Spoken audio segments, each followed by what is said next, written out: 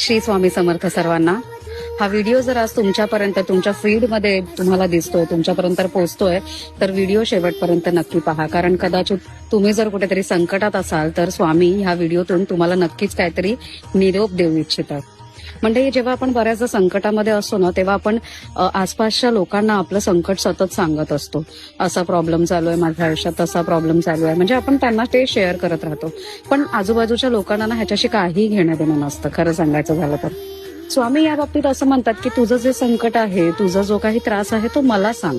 माझं असंही तुझ्यावर प्रचंड लक्ष आहे. म्हणजे तुझं काय चाललंय, तुझ्या आयुष्यात किती तुला दुःख आहे, तुला दुःख देणारे कोण आहे, त्रास देणारे कोण आहे, ह्याच्यावरही स्वामींचं बारकाईने लक्ष आहे. त्याच्यामुळे स्वामी म्हणतात की आजूबाजूच्यांना सांगून तो त्रास काही कमी होणार नाही. तू एकदा फक्त मला तो त्रास सांगून बघ, माझ्याशी संवाद साध. मी इथेच बसलोय, मी सतत तुझ्या सोबत आहे.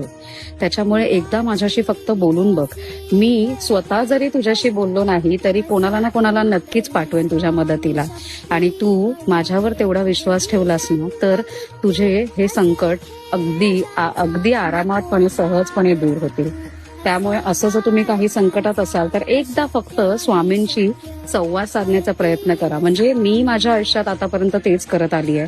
शांत बसायचं, ध्यान करायचं, त्यांचं नामस्मरण करायचं आणि त्यांना हे दुःख सांगून बघायचं.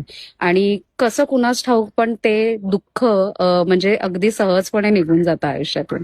त्यामुळे जर तुम्ही असं कुठच्या संकटात असाल किंवा काही असेल तर